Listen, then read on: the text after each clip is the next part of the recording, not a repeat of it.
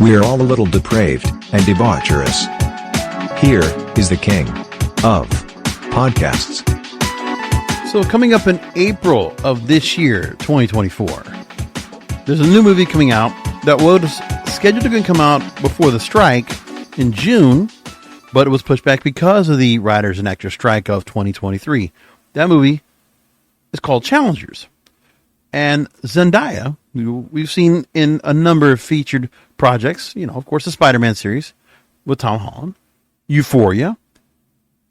Of course, she's, in a lot of things when it comes to perfumes or fashion, and she's the it girl for many. And for what Hollywood would say is a generational acting talent. Well, she's going to be glorifying a movie, a factor in a movie that I just think is, again, I could have brought up Saltburn, but I haven't watched it yet, so I can't really comment on it. But maybe at some point I will do that. But by the time I watch it, it'll already be too late, right? I meant to watch it in the movie theater. I didn't get a chance to watch. So, hey, I will watch it on Amazon Prime. I have it. It's just a matter of just turning it on. So I'm thinking about it. I know there's a lot of stuff I'm going to watch. I'm going to be like, oh boy, that's what they went with. There's so much commentary. It's one of those that's being talked about so virally right now. I can't help but go find out what the movie's all about. So I'm going to have to go ahead and sit down and watch it. Now, let's get into this movie. So first of all, the movie is set to release theatrically April 26th. It was originally supposed to be September 15th. And it was supposed to go ahead and be open to the 2023 Venice Film Festival in August, but did not happen. So we're still going to get the movie here, but this is what's going on with it. So Zendaya is featured as a tennis pro in Challengers, and the director is Luca Guadagnino. It's a new sports drama. And now they're going to come out. The movie was actually announced in 2022 that Zendaya is going to be starring in the next project. And he's the same guy that created films like Call Me By Your Name and Suspiria. And she's also done movies like Dune, and we also forgot to mention Dune with Timothée Chalamet that Zendaya is also part of that franchise, so she's doing well with that. Now they're putting her in a featured role here. It does make sense. Now, she trained for 3 months for the role with former professional tennis player Brad Gilbert as her coach. So, here's what the story is about. Her character's name is Tashi. She finds herself embroiled in a high-stakes love triangle. The story follows Tashi, a pro tennis player who is focused to become a coach after an injury cuts her glittering career short. Coach Tashi sets out to transform her husband, a mediocre tennis player, into a world-famous Grand Slam champion. It's all going according to the plan, until he hits a losing streak. She resorts to signing him up to compete in a challenger event, close to the lowest level of pro tournament, not knowing that they would be there to reconnect with his former best friend, Tashi's former boyfriend, of when they all three knew each other. So we got that going on for us. Mike Feist plays Tashi's husband, Art Donaldson. British actor Josh O'Connor, who was featured in Netflix's The Crown, is playing the role of Patrick, Tashi's ex and Art's ex-bestie. So again, April 26th it comes out. So I'm giving you a chance to go and watch it, but here's what we got. They're going to do it. We might as well go ahead and play the trailer for you so that you have an idea of what this movie's all about and where it's coming from. It's interesting that we have it here, but I'll go and play it for you. Take a listen. Oh, wait. Got to pull that back. I'm going to pull that up again. Now, we're seeing Zendaya at the hotel room about to go and open the door. That's the first thing we see. So here we go. Wait. Hi. Hey. Now, I'm not going to play all of it because, of course, there's Rihanna's song in there, and I don't want to get hit with a copyright strike. So she opened the door, and the two guys, when she's in her prime of her career, young, and winning titles, okay, she has these two guys fawning all over her. One is the bestie, and one becomes the boyfriend. And then the roles reverse after that. See, for these two guys, and I don't even know how many years they do this here, but I'm imagining, let's just say 10 years, right? for Zendaya, okay, she's a woman that is, career driven. At that point of her career, she's the ire of so many people out there, talented, professional athlete, attractive, appealing, a lot of people finding her attention around her. And these two guys are at the crux of trying to win her heart and win her over. And they go along and like, all right, they go along here and it's like, they're fighting over her. And the idea is that, okay, well, sure. Is she an ideal woman to be with? Well, she's career driven. And so her career means more to anything else to her, I would imagine. Not anything else that those guys might be wanting. Now, are they just wanting her just for sex? No, it looks like they want her for more. They're enamored with her. They're enthralled with her. She's a good looking girl. I think they just put so much on her on a regular basis. And by the way, we see Zendaya now in a way that we haven't seen her before, very, even more. See, remember, we've always seen her either in like the tomboyish role as Mary Jane in Spider-Man. And Dune is this very strong, dominant character, along with Timothée Chalamet's character. She's a soldier. Euphoria, she's like this, drugged out, the debaucherous creature in that show, right? That's just falling apart. From what I've seen, I never watched the whole show, so I only know what I've seen of clips. Okay, sorry. But then we see her here. She's glamorous. She's, in amazing shape. She just, there's a reason why she is being looked at. But these two guys are the ones that are after her. These two guys are not necessarily overly masculine. They're kind of just, there. I feel like they're both simps when I look at them. Now, if I can play a little bit more what's going on here, I'm going to try, but the problem is that they put so much here of the music, which I don't want to go ahead and play in here, but I'll play a little bit more. But here, let's try a little bit more. It wasn't even like tennis. It was an entirely different game. Hey, come hang out with us later. Want me to come tuck you in? No, we can just keep talking. Okay, so move along. She's invited by these two guys that are friends to hook up later. So it's not like they have, different people they're with. It's like, all right, so these two guys are willing to go ahead and share the same girl. I mean, honestly, how common is that? And by the way, they're with her in the hotel room. Okay. And these two guys, okay, they're just kind of sitting back, relaxing on the floor, looking like they're going to play spin the bottle. And then they move along and things escalate. Not as often as you think. We usually have different types. So you're saying I should be flattered? Aren't you everybody's type? Come here. Which one of us?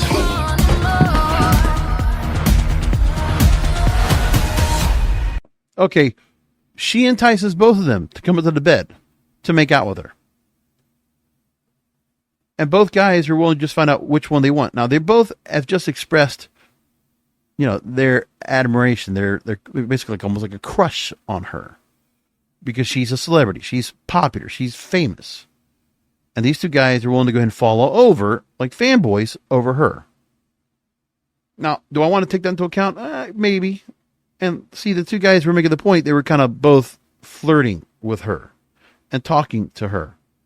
And she's willing to go ahead and let this come in. But she's not going to pick one. She's going to let both of them choose. And so these two guys, this is the part where I always thought about, like, if you do this here, what's the chance she's going to want him and the other guy to then do things to each other? Like, is she into that? Or does she mind being able to go ahead and control two guys at the same time?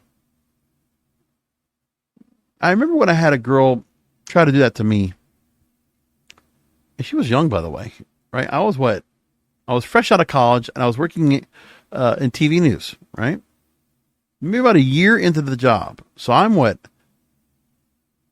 21, and she might have been, she was still in high school. I'm going to say that. But like I said, I wasn't going after anybody my age. I forget how old she was. She was in high school, a couple years younger than me. And I went out with her. I don't even remember how I met with her. I know I probably met her online. And then we met up. And I remember we hung out for a day. And I was calling her up, and I was looking to go and set time to go and go out on another date with her. And when I reached out to her, I remember I was having a hard time trying to get her on the phone because, that time we didn't do text messages yet. Like, I'm talking about this is the late 90s. So we're still doing cell phones, mostly beepers. And then if we're lucky, we get a cell phone with 200 minutes on it. And we didn't have text messaging yet. We didn't have any of that. We just had the phone. You just call. And then the beeper was supposed to be going to use so you can go ahead and reach out. So I was beeping her, trying to go in so we can go and talk. And then all of a sudden finally reaches back out to me. And she says, yeah, let's go to the movies. And then she tells me, I have a friend of mine, a friend I've been, hanging out with for a long time, a guy. I want to bring him along, and I want to choose between the two of you who I want to be with. I took it badly. I was upset. I was visibly upset by the fact that she would do that to me. It was one of those things that put me into therapy, honestly, because I felt like I was let on because we were talking, and I thought, oh, maybe something's going on here. But no, she just really didn't take anything seriously. She just wanted to do her own thing. She was Zendaya. Just wanted to go and have a couple of guys in awe over her and see who she would choose, which I understand that part, but okay, one at a time. Not this here where okay, you put both together. And by the way, in the movie, they become torn apart. I would say it's probably because of her. Now, it's their fault for them to go ahead and want to go after the same girl. Why don't you go ahead and go after different girls? Or which one she wins over, then they get her. Now, that's basically what happens here, but the fact is, when they first got together with her, she took both of them and got on the bed. Now, I didn't see here in the trailer if she actually goes ahead and goes to bed with her. But I remember seeing this already about a week ago. On Friday, I saw it. So let me put this in here and follow along in the trailer here. Well, when you look at her, she's smiling in the bed. We don't see her having sex, but that's more than likely what happens. And then we move along where she then marries one of them, and the other one, the former boyfriend is out of the picture. She chooses one over the other. So she dated one of them and then drops the guy for whatever reason. Okay, even if it was his fault, it could have very well been his fault. Fine. But then she decides to go ahead and take the other guy. The other guy. And by the way, the other guy is a mediocre player. So he's inferior to her. So she decided to go ahead and go to bed with two guys that were not at her level. Right? I mean, how many girls would go ahead and do that? Stoop down to go and take two guys, thinking they would match the full potency of what she wants? Only to pick one of them. And no matter what, she found one inferior, and then she married the other one that was inferior. And then they create this rivalry between the best friend and the husband in tennis as she coaches them on and confronts both at the same time. And by the way, yes, the boyfriend, we will say she does get married. He has someone else, so he has that to go for him. And she's totally changed, by the way. She's not the frolicking woman as before when she is married. So let's move along to that.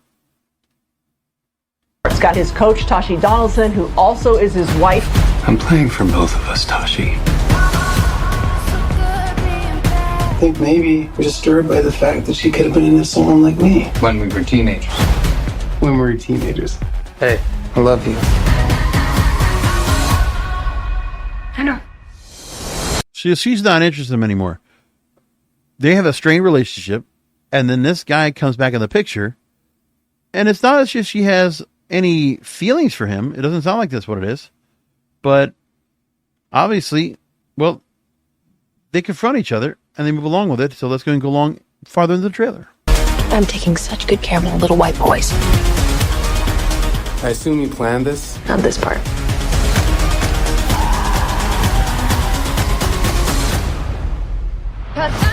Now, so what she did right there was, did you hear that part? Taking care of my little white boys. So, okay. I'm not worried about the white part. Little boys. Okay, let's just take those two words, little boys. So she's dominant, and she's playing these two guys out on each other. A lifelong playing out on each other. And basically messing with both of their hearts. Now, they're not better anyway for it. But this is just not good. Okay? This whole dynamic, it's a fantasy. It's a threesome fantasy that Zendaya is allowing women out there to channel. They want to be Zendaya. They want to have the popularity. They want to have her status, her power, her clout, her abilities, her appeal, her beauty, her youth, all of it. A lot of women will look up to her. And then they see this movie and they will look up and say, oh, look at these two guys. These, kind of simpleton type guys. And she's able to make them fall over each other. I mean, she could probably make them challenge each other to a duel. And the one that gets shot dead, she would go and take the one that lives. Like, first of all, I mean, for her in her career, it's unfortunate that she had the accident and all that. Okay, in the story. But the thing is that she could do better. I mean, there's a lot wrong with this story. In terms of like a conventional romance, I'm not worried about threesomes. That's not the part. But listen, and I'm not here to go and challenge the fact that, okay, listen, there's two guys that want to go and hook up with a girl and, they decide to go and do things with each other. Hey, threesomes are very common like that, and I understand that part. And that's, hey, different strokes are for different folks. That's fine. Hey, I get it. And there's no problem there. My part is that these two guys, they're going after her because she's playing them against each other. They're inferior to themselves, so they don't think they can do any better, right? And they're both fawning over her, and it's like, all right, these two guys are together. They can't, they want to go after this girl. Then they're not necessarily, at such a status that they should go and get the opportunity to get close to her. Like you would think that she's kind of selling herself short by being enthralled in both of them. Because her career suffers as a result. But then we get to here, and then more suffering because she's coaching her husband, who's inferior, as a tennis player. Like, you would think she would want, if she was going to go ahead and be with someone, she'd want to be having someone that she could play a good game of tennis with. Like, somebody who would be as competitive, as driven, as ambitious, as loving, and as, as all the aspects that she has. She wants somebody that matches her energy. And maybe she has like a very feminine with a very masculine energy. There's a mix to it, a power. And you want to match someone with that. So someone like Zendaya, no matter what, even in a movie like this, they should make her put that way. But no, we get these two guys. Why is it these two guys? Right? I mean, Tom Holland looks more masculine than these two guys. But that's what they do here. And I'm like, they put this on, and I'm like, I don't like where they're going with this. So I was perturbed by this movie and looking at what they're doing here. And it's gotten some critics that are not being very highly praising of them. So Vanity Fair was very much going after this. They say that the people in this movie are very terrible and delusional. And the movie's called Codependency the Movie, according to this writer here, Savannah Walsh. She wrote this back in August watching this movie.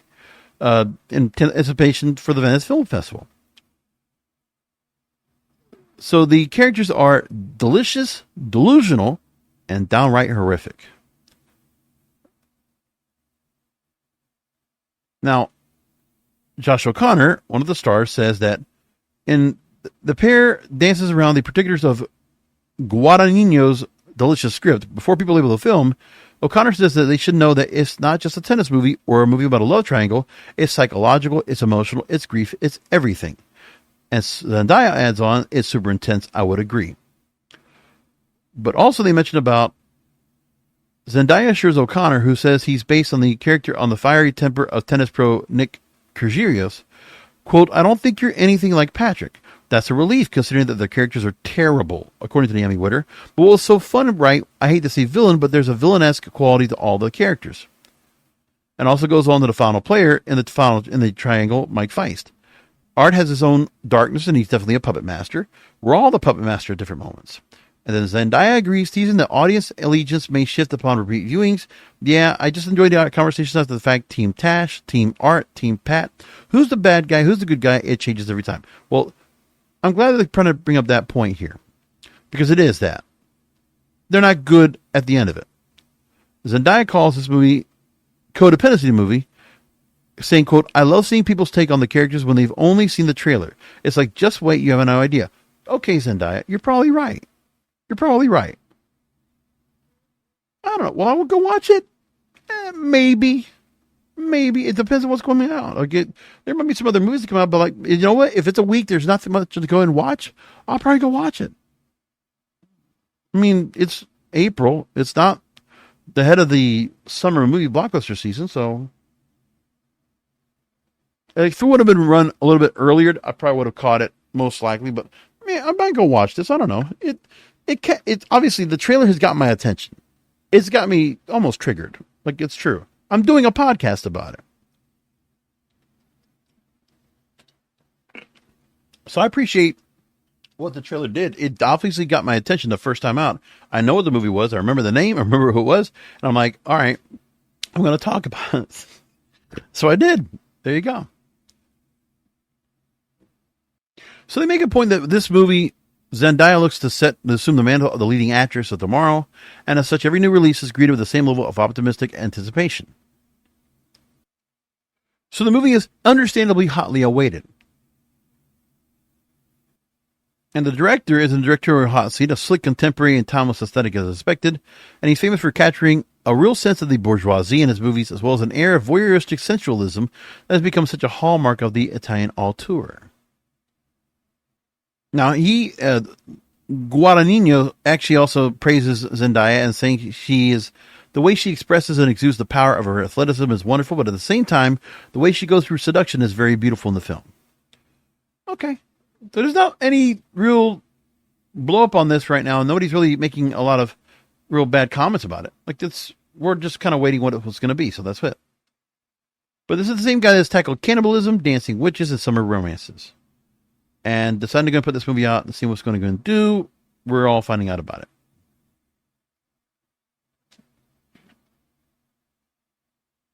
So in the scenes we see initially when they first meet up in the hotel, yeah, she kisses one, kisses the other, and then they both kiss on her. Fantasy.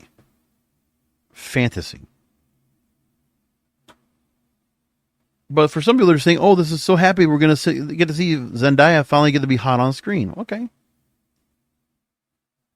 And then someone else writes up, call me by your name, B.I., right? There you go. So people are interested. Good for them. They got the movie out there. But in retrospect, I'm just saying, yeah, it is movie. It is, suspending disbelief. As I always say with certain movies, sometimes you have to do that because you're watching a movie, you're watching with popcorn. You're just like, you want to go ahead and suspend disbelief and just go out there. So for women, just realize, I don't see this as necessarily being something that you're going to have happen for yourselves, but I could see the inspiration and the persuasion of what women are seeing that Zendaya gets to do in the movie. Now, don't get me wrong. Okay. See, for both guys, I understand the appeal of Zendaya. Like, I look at her and I'm like, yeah, if I saw her coming up to my room, yeah, I'd be happy to have her over in my bed. Okay. We know that. That's pretty obvious. But to have the two guys in here, both playing up and she's playing them off on each other. Yeah. I just don't want to go and show that because I want guys to just realize, unless you want to do it, unless you want to be part of that, yeah, go have your own. I mean, there are a lot of other women out there besides Zendaya. Okay, let's just more. Just think about it, huh? Please. Okay, a few more things I want to bring up before we go and wrap things up. Now, one thing I'll talk about real quick, which just came out, was a leading matchmaker in Austin, Texas. I'm trying to go and see if I can get somebody from that program to go and come onto the program. here on the Praise and Debaucherous to go and do a quick interview, but there's a company called Something More, and they're putting together now a dating prep program for men so that men can make a lasting first impression, offering a blend of date coaching and image consulting, a 10-hour initiative to help improve all facets of a man's dating life, focusing particularly on in-person interactions. So yeah, this 10-hour program to help you get, something more. By the way,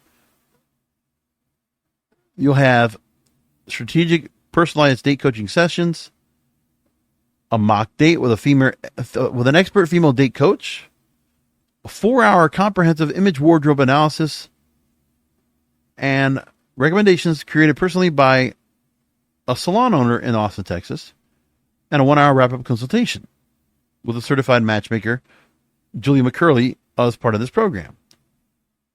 The program warrants an investment of just shy of $5,000. It's more than just a mere dating guide. It navigates through the intricate facets of dating and relationships, equipping men with essential dating skills while also emphasizing nonverbal communication such as body language. This is going to work to help get relationships. Spend $5,000 on this. That's a high price tag. Now, I'm not going to judge yet.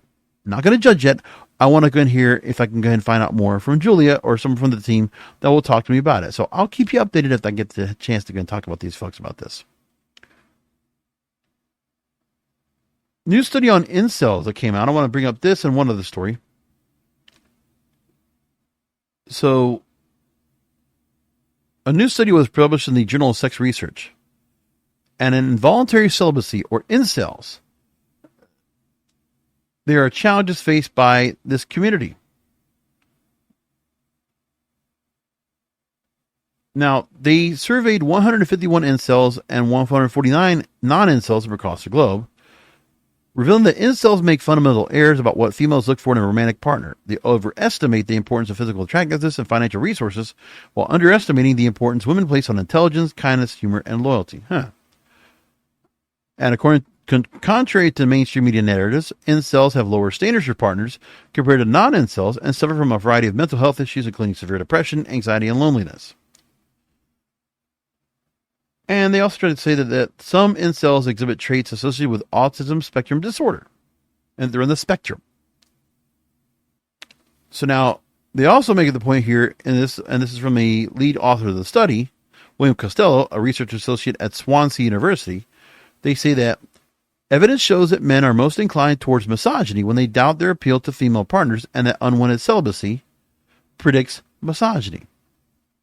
And a misogyny pervading much of the incel community likely reflects their low sense of mate value, this meaning that helping incels improve their own mate value and remaining prospects would have the added benefit of reducing harmful instances of misogyny.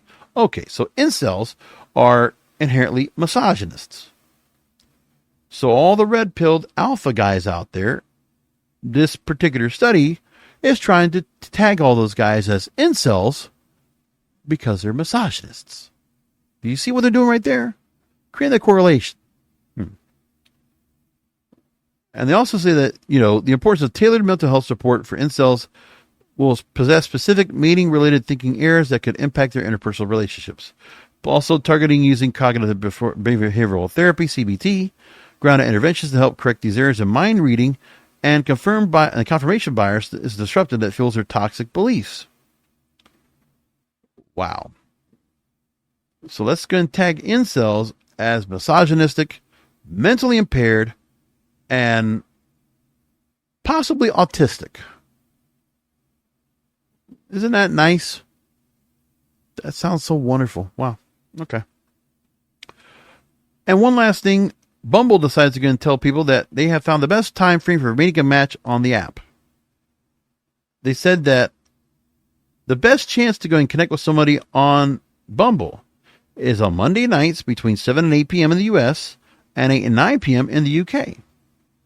That's when users are most active. Interesting. I don't know why they picked those days, but